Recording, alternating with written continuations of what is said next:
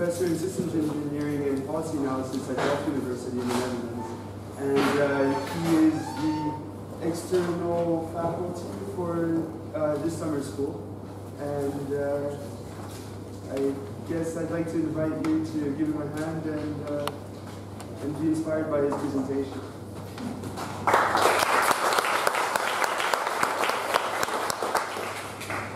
Thank you for having me. It's an honor to speak. Today I'm going to talk to you about technological evolution and organizational adaptation. There's a particular structure of today's lecture series. We want to talk about both about technologies and about organizations on the innovation and technology side. We also want to talk about strategy and agency and decision making, as well as institutions and rules and complexity.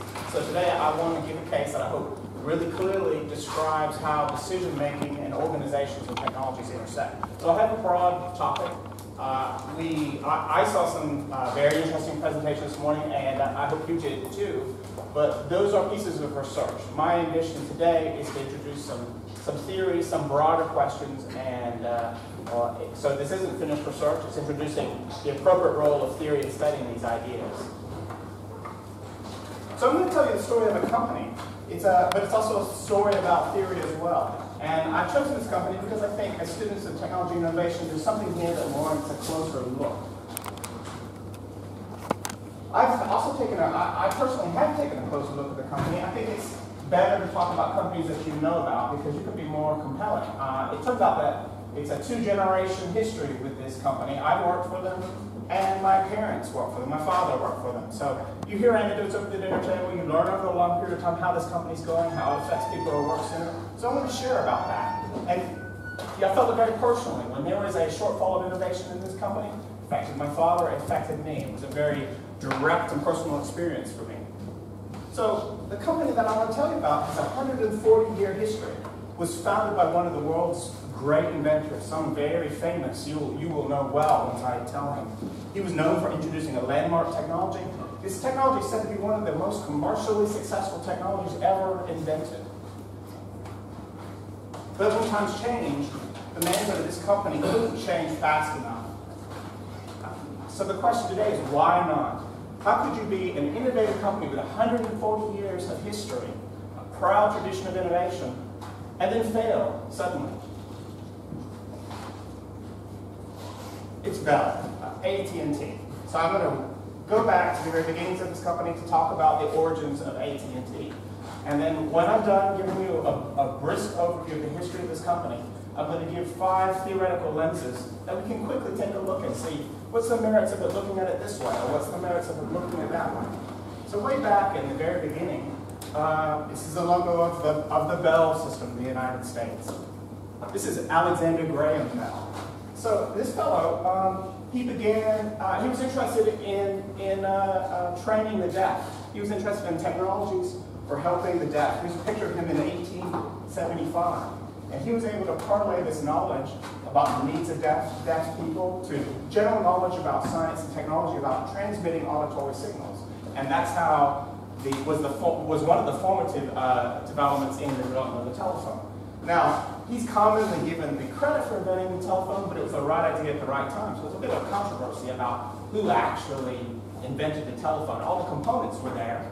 He put them together, commercialized it, and really championed the technology. So that brings up what we discussed over one of the keynotes or one of the plenaries in the ICE conference. If you were there, you'll remember. If not, I'll tell you. We were talking about the difference between innovation and entrepreneurship. So this man was both an innovator and an entrepreneurship. One person who put sometimes very different things together. Now, when he began, this was the era of telegraphs. So the telegraph companies, they were stretching their lines along the emerging U.S. rail. The U.S. rail lines themselves were given by land grants.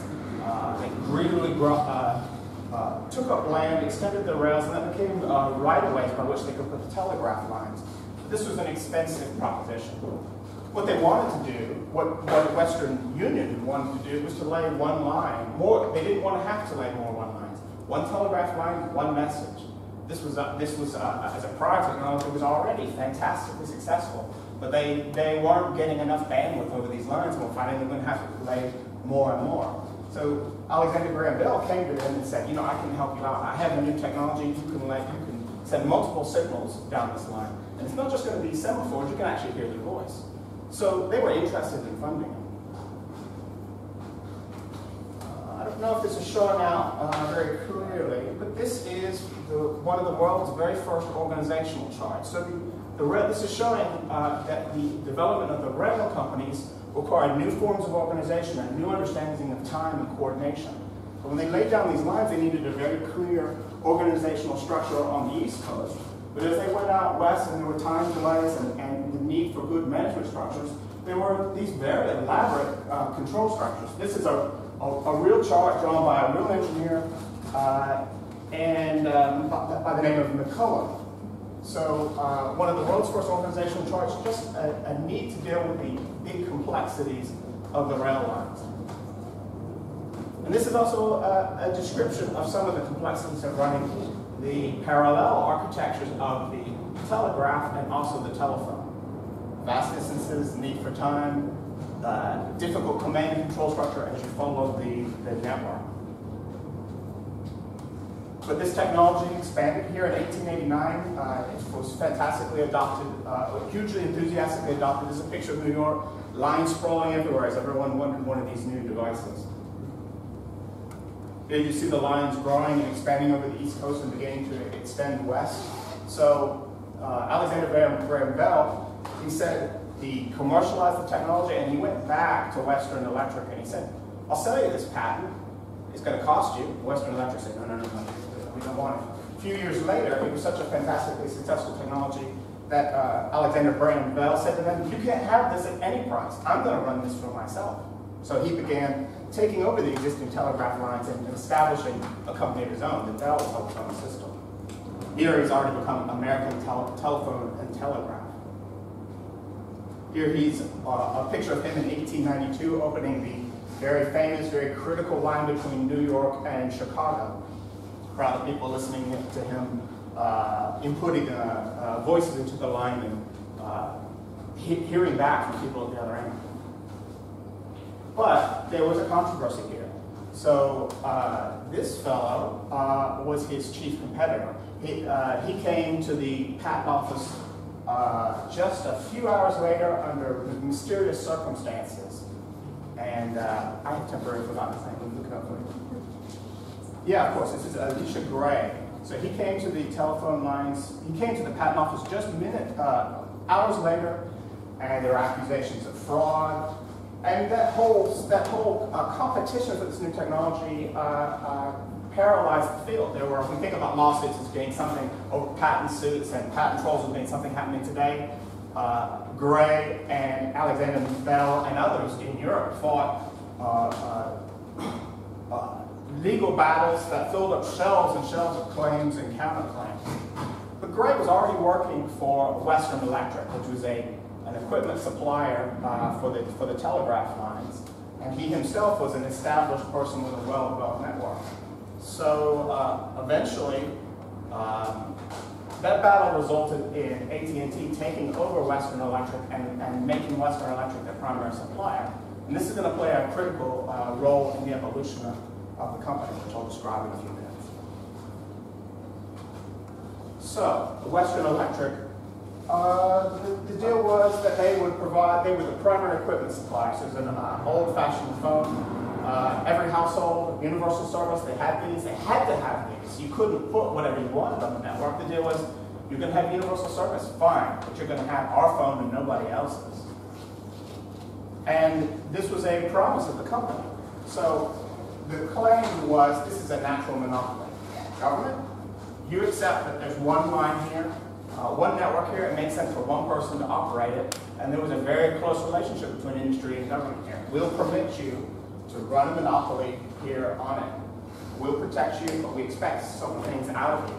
You know, it's going to be expensive to run these lines out into the countryside, but you're going to have to do it. You're going to have to pay for it. But okay, we'll let you put your own equipment on the line.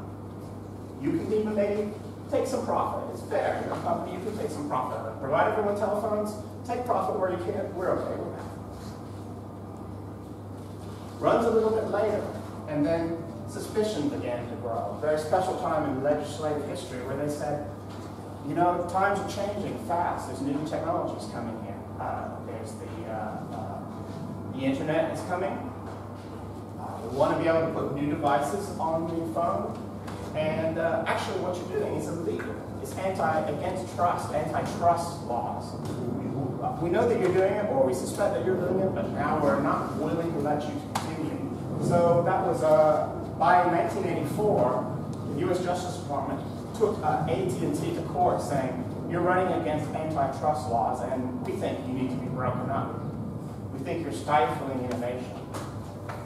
So here on this is a diagram that was shown to AT&T shareholders to describe the complexity of the system, to reassure them that they were still going to have a stake in the new company, and to describe how it was being divided up into pieces. You can see here at the top the core of business activities. Western Electric has got a very important part there. The long lines are here, and all the different little regional networks were going to be broken out. So in the new company, they were going to cap off the top, make a brand new company just for the long lines, affectionately known as Ma Bell, and all the little companies were going to become the Baby Bells. So they lopped it off the top, they made an entirely new company out of it, and they told them, now you're going to have to survive in the new internet era.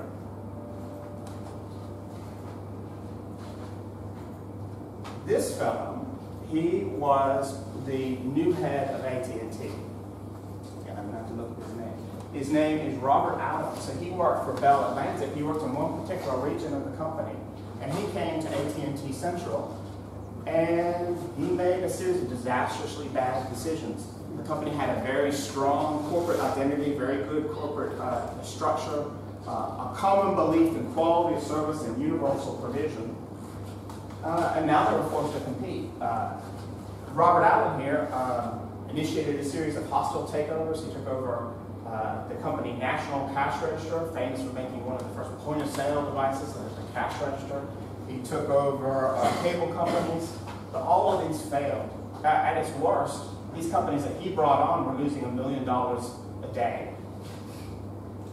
It probably sounded good. You know, you've got telephones, we got computers, why don't we get together? Why don't we make something bigger than the whole of the parts?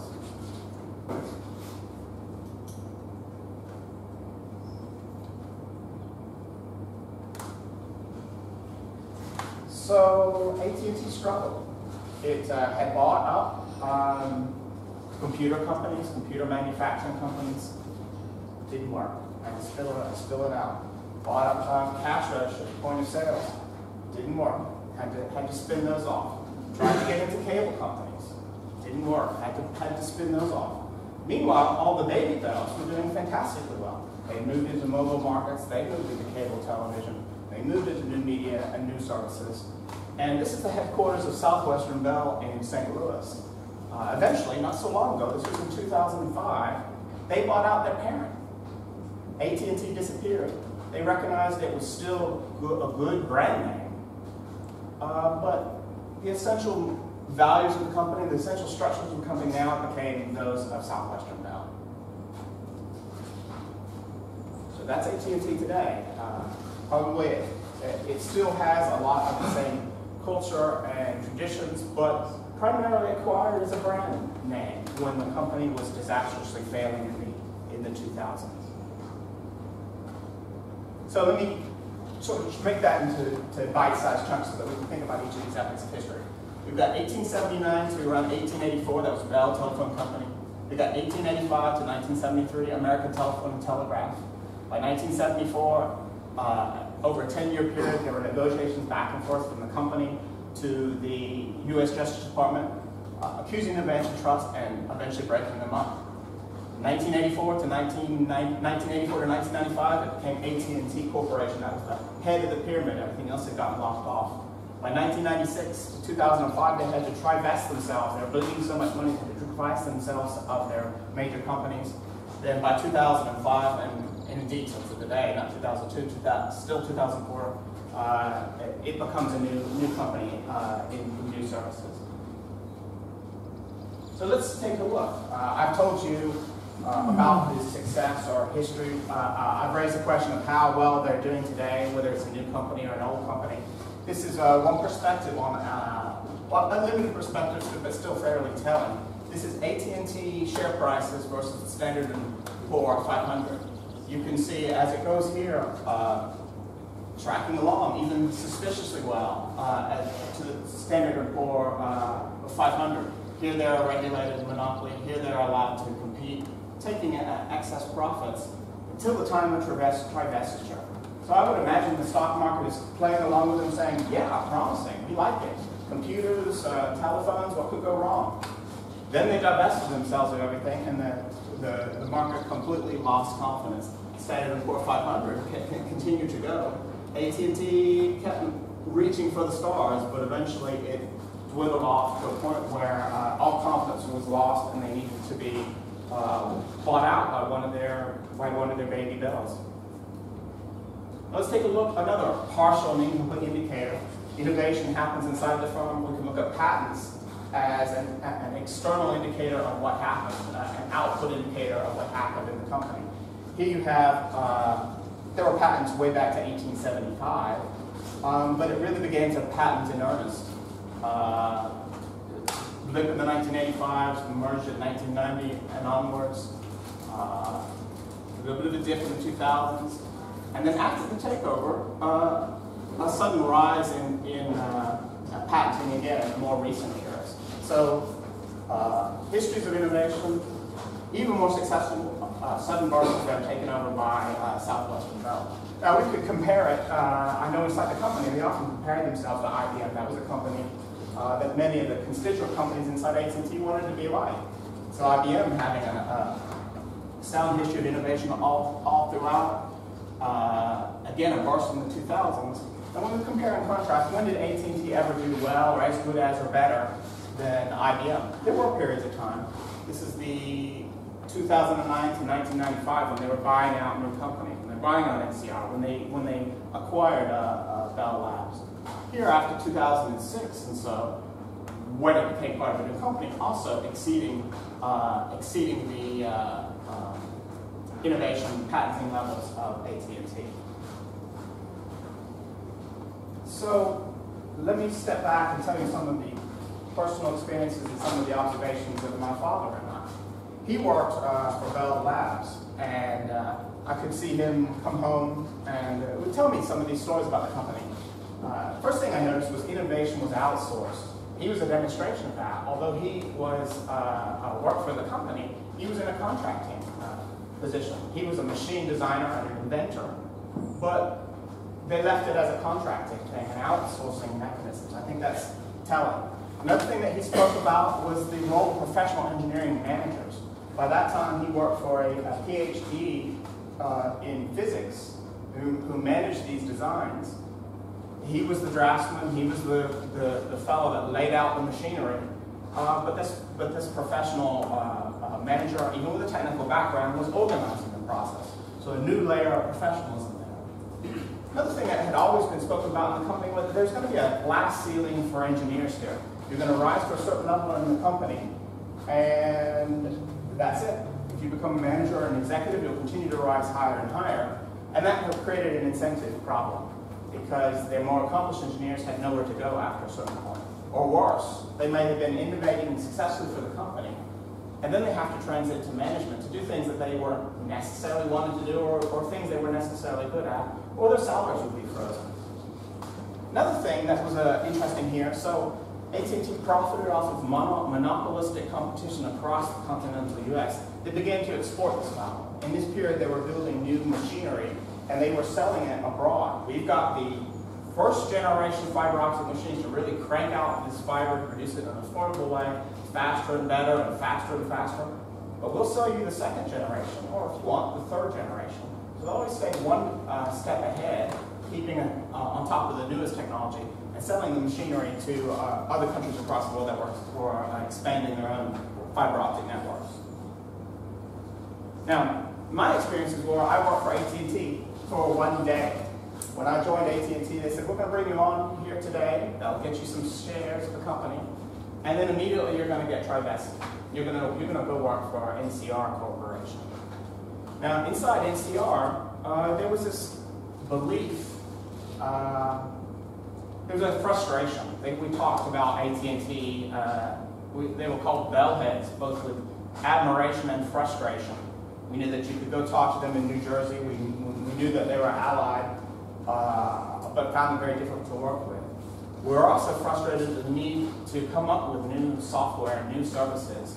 And we talked inside the company about the premise that hardware companies cannot develop software. I mean, they told me as much. I worked in data science inside that company. We were trying to develop a practice of knowledge discovery and databases, trying to come up with new statistical software. And they said to themselves, no, this isn't going to work. Well, we know about hardware. They want us to make software, but we're not going to know how to do it. So there were repeated failures to market new technologies, even NCR, even after it had spun off. The premise of spinning it off was that you could have specialized managerial attention that focused on specific needs of the technology, specific needs of the market. There were also very difficult organizational issues. NCR conceived of itself as a series of technology verticals. Here you got the database company. Here you got the people that are going to provide the point of sale services. Here we got people that are going to make RFID tags. Elsewhere you'd have, here's the government segment, here's the retail segment, here's another market offering, the manufacturing offering. So you have this matrix structure, which for a time, which was extremely challenging. Two different managers, two different financial imperatives. That was very difficult for the company to manage. And then a final thing, positive, both those companies had clear cultures with very strong norms. NCR itself had hostile takeover, came out of Ohio in the era of, when Ohio was a really innovative place. The Wright brothers, a nascent aerospace industry growing up there. They knew who they were. People worked with their spouses even in this company over the long term. So let's ask some leading questions based on these reflections, based on this history. One thing we could ask are, where are the boundaries of this firm? Who's on the right? The antitrust law says it's illegal to draw the boundary to exist as a whole company. And they debated, well, how are we going to cut this up? What's best for us? What's best for universal service? What does it mean to have a boundary of the firm? What's the characteristics that separate a firm from the marketplace? Another question would be, how does this sort of economic institution even work? You're managing a vast network, you're trying to profit off of hardware, trying to develop new services. How is that supposed to work in the ideal? It's not exactly a manufacturing company. Do hardware companies face challenges in developing software? If so, why is that so? And then a fourth question, maybe the most key question of all, why is learning and capability development so difficult? Did NCR not want it enough? Did AT&T not want it enough? Was the motivations not right? Did they not have the right talent? How could that be? They had been so successful before. So as I said, I'm going to try and give you two perspectives here. I'm going to give you a selection of perspectives, a quick stylized look of each of these perspectives, and the goal is to give you an organizational perspective and an agency theory perspective. So let me tell you a little bit about agency theory. Agency theory is that the concept of agency is that critical things in organizational life, even critical things in technological life, are based on choices. Collectively, we pursue our goals, we want these outcomes. So, can we examine rational actors, people who are consistently in pursuit of an objective, and understand how something so bad could have happened to this company? So let's dissect the organizational chart. I'll take a little slice out of McCullen's organizational chart just to highlight the crucial issues here. We've got Ma Bell in the central part of the company. We've got the peripheries of these networks, the baby bells. They drew it as a whole. AT&T Corporation, they understood it as an organic whole. They shielded themselves from the environment. They protected critical activities inside the firm by organizing the structure of the firm that way. The Justice Department came along and said, no, we're going to draw it here. You've got Bell Labs, you're going to innovate on yourself, right? We've got baby bells. They're just going to be tooling around there on the periphery, providing services to each local community. They can keep in touch with users. It's best that way. AT&T actually agreed to this. They could have sliced the firm another way, but this is what they agreed to. Here's what they had suspected that were happening. They suspected that AT&T corporate was cross-subsidizing the local loop. You've got to expand out into the countryside and these sparsely populated regions of the United States. That's going to cost you. But that's okay. We're going to be regulated. We We know that we have to provide universal service. It's just going to have to happen that way. Some of these phone lines just aren't going to support their own weight. So we're going to have to pay them from corporate. On the other hand, they could guarantee that every time they installed a new phone, they were going to buy hardware from Western Electric.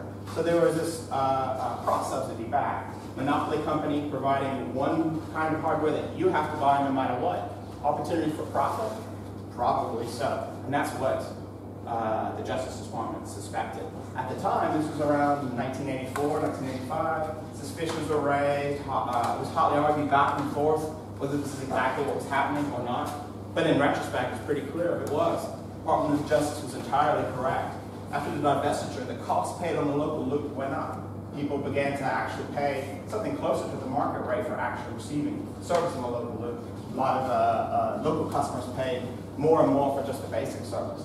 On the other hand, the cost of long distance steadily dropped, and the ability to add new devices and the need for new devices were dramatically enhanced. So, theoretical perspective, let's begin with transaction cost economy. The very purpose of the firm is to create a boundary between operations in the marketplace. Not only did we find that there were cross transfers happening inside AT&T, the argument here was it would happen in any company. You cut a company in half like that, of course you're going to find transfers of money. If it wasn't, it would be just a basic marketplace. That's what a firm does. It hides critical operations in the marketplace. That's Oliver Williamson, amongst other papers, in 1981 in his introduction. After divestiture, you had these two kind of value propositions. Marvell had investment in new infrastructures, and it had savings in, it was going to have to, you have this bleeding, it's going to have to invest in new infrastructure if it's going to survive, but it's going to have to take some savings in cross subsidies.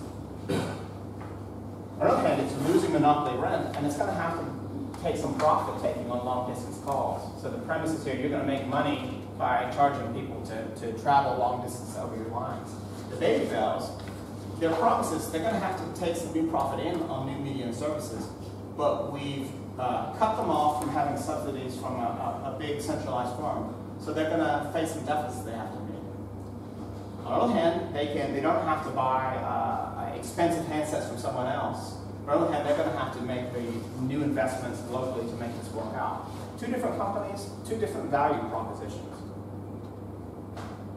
So another theoretical perspective we could use here is strategic decision making. Here's the premise. When you change the incentives of a company, you're going to fundamentally change its behavior. This is a fundamental tenet of game theory. The company fundamentally changed when you divorced it, split it into two parts, gave it two entirely new economic incentives. So how can we identify and structure the incentives we see all around us? How can we turn this into games that we can explore ourselves? Brandon Berger and Nell Buff, in a classic 1985 article in the Harvard Business Review, invites us to take this as a loose analogy. This is a storytelling about finding the elements of strategic games in the real world, a useful perspective. Schubik wants us to take the game metaphor very seriously. He wants us to be able to model it and to formulate hypotheses and to see how they work out in mathematical models. So on these two value propositions, as it turned out, profiteering on long-distance lines was a losing proposition. The regulators' consistency allowed new technology to bypass long-distance charges was fundamentally the internet. So you weren't going to profit. If you're AT&T, you're not going to profit on the internet. The regulators weren't going to. On the other hand, profiteering on consumer technology success locally, cable, mobile, internet, that was a sure thing. You know, we know now, emergence of new technologies, dynamically changing environments, that the baby bells had the better hand of cards. Another thing is, we can say that, all right, AT&T saw new technologies emerging, they even tried to buy into them. How come they couldn't change their competitive position? They could. No one was stopping them from becoming more like the baby bells. The baby bells were obviously succeeding. They tried and failed. So why aren't these technologies free for all to economically exploit? Cable television, anyone can enter, right? So why didn't they enter, or if they did enter, why couldn't they succeed like their siblings did? Another perspective we might take a look at is dynamic capabilities. Firms create new capabilities deriving long-lasting sources of competitive advantage. You need the knowledge to gain the new knowledge. AT&T didn't have enough knowledge in-house to succeed. Companies express their capabilities as strategic options exercised in networks of actors. David Peace in 1997 is one of the critical papers that we might take a look at here.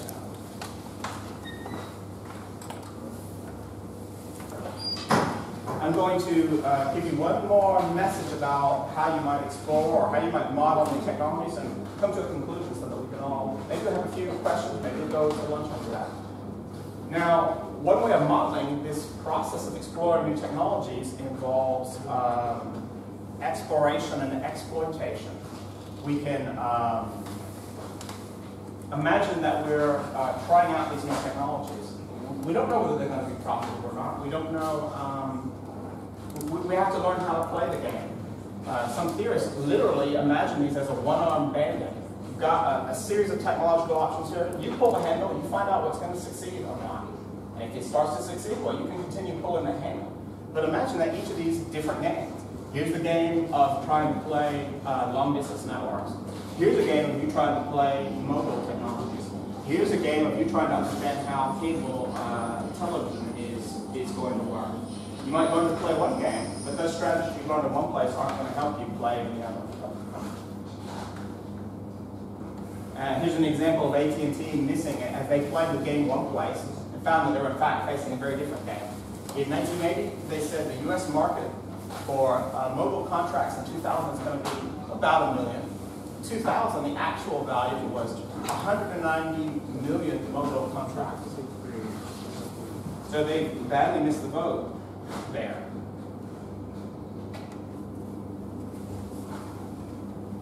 So, a separate perspective again, you can think about organizational learning. How do companies explore? How do they exploit new technologies?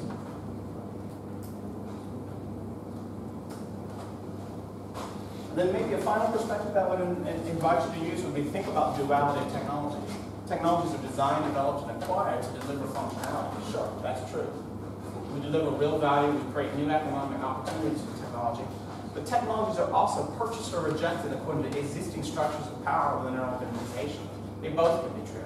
The duality of technology perspective invites us to think about it both ways. Two good papers by Orlowski here about it. The same as some cool in the information system domain, trying to understand why some technologies are taken out, some technologies are abandoned. Otherwise identical organizations use this perspective.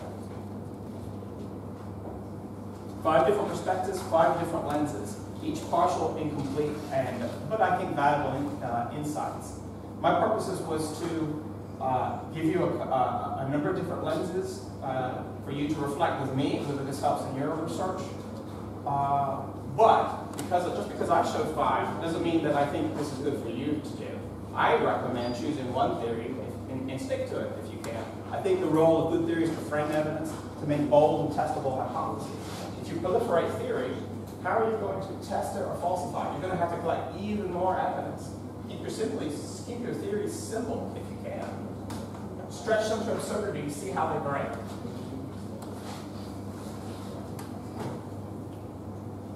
So moving ahead, Roland in our kickoff, I certainly endorse what he said. In my words, he described good research has good theories, good methods, and good applications. Here I've only talked to you about theories. I've given you some anecdotal accounts of a real application, famous company. I told you stories. Of course, to flesh this out, I myself would have to add some more rigor. How can I prove to you these observations I saw are reproducible? Could you experience the same thing if you went there, if you interviewed these people? So we just summarize with some major points and then questions if we have time, lunch otherwise. Deepening these theories, I think, invites new ways of investigating the design of organizations. These theories weren't designed for that purpose. They weren't developed for these purposes. They were looking more broadly at how the world works. Curiosity about how the world works, though, it gives us organizational design, technological design options. Another thing that all these theories share in common, they reveal that the capability to discuss the ultimate strategic character depend on networks of actors, both inside the firm and outside of the firm. So, ultimately, the dynamic capabilities and all the different related ideas that I've given here are seeking to describe the ability of an organization to field necessary new knowledge to deploy new technologies. In the AT&T case, they had a long history of high-quality design and innovation, but they desperately needed new capabilities and couldn't acquire them. Their innovative period, it co-created an environment where they could innovate. When that environment was challenged or threatened, or they were put on entirely new footing, their desire to innovate was no longer enough. The quality of the technical ideas for that company were no longer enough. And so a final, more like an argumentative statement. Technologies are often fitfully and reluctantly adopted by the organizations which depend upon them. Even good technologies, sometimes limitedly adopted with incomplete success. We need to think beyond the performance of the technology itself. So with that, let's see where we are for time. Do we have time for questions?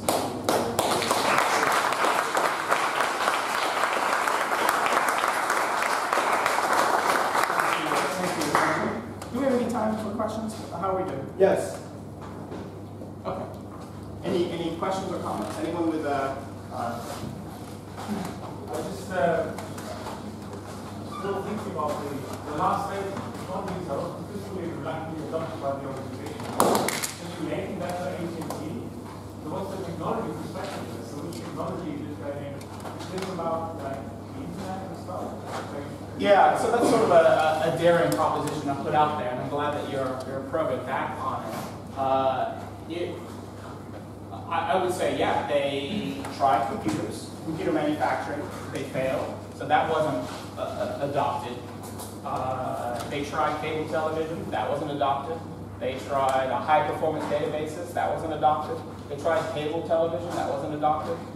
They tried mobile phones, and they got the market wrong. Maybe they wanted to adopt it, but didn't gear up big enough to play that game correctly.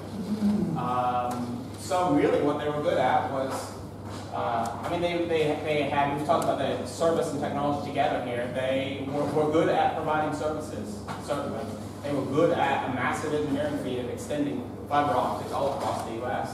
They were good at providing high quality phones for the home, good for providing switches inside that network. But the analogies between that network and others, it didn't seem to work for them. Would you have any, please? Yes. I just wanted to link that statement to another statement you made about how markets are contestable. Anyone can enter, right? Yeah. Well, I think that's in fact, a hypothesis, and it's from a theory called contestable markets. Yeah, so that's the ideal market and not the real one. And the very existence of a firm shows you the world isn't that way. Because if markets anyone can enter, we could all collectively, well, we talked about, some of us talked about crowd, collective intelligence this morning. We could all form a big crowd, form a corporation today, and if any of us got fed up with it, we'd leave, form a new corporation the next day. But there's market failures necessitate the creation of firms to overcome those challenges to the correct form of creation of markets. Wait. Yeah,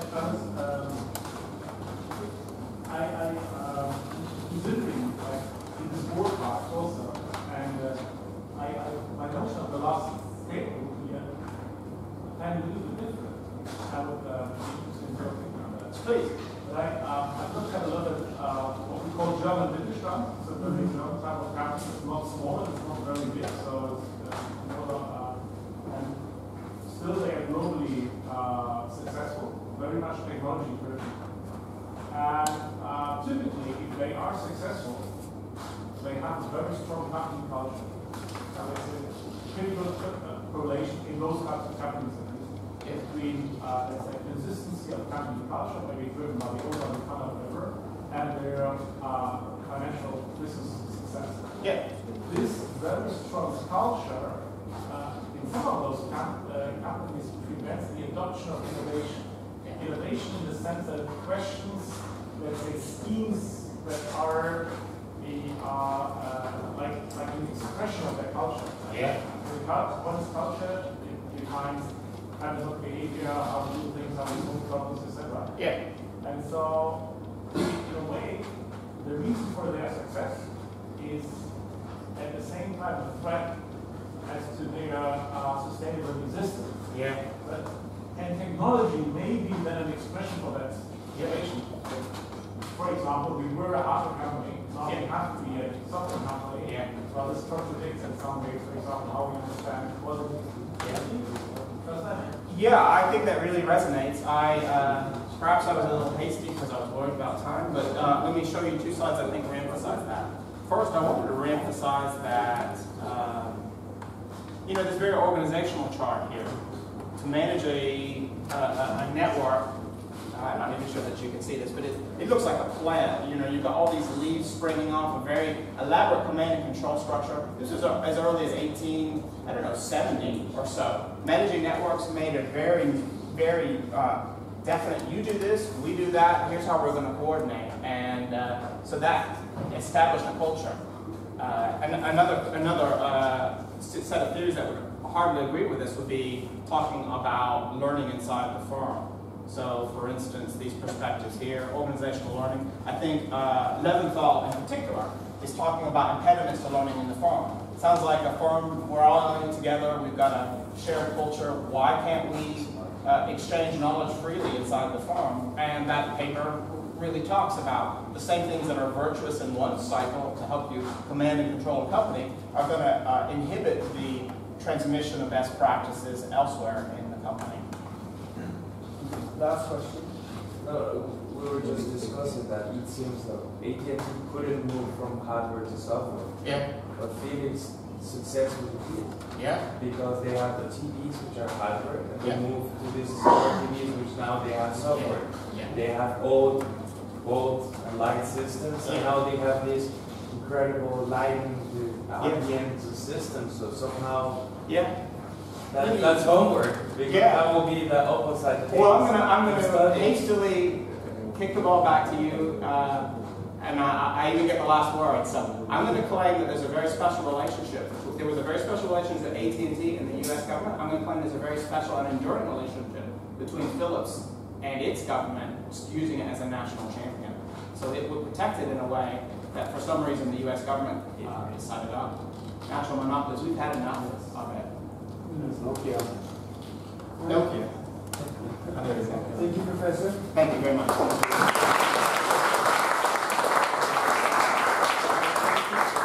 Thank you very much for the talk. Just a telephone from our school. Thank you very much. A small Thank you. That was.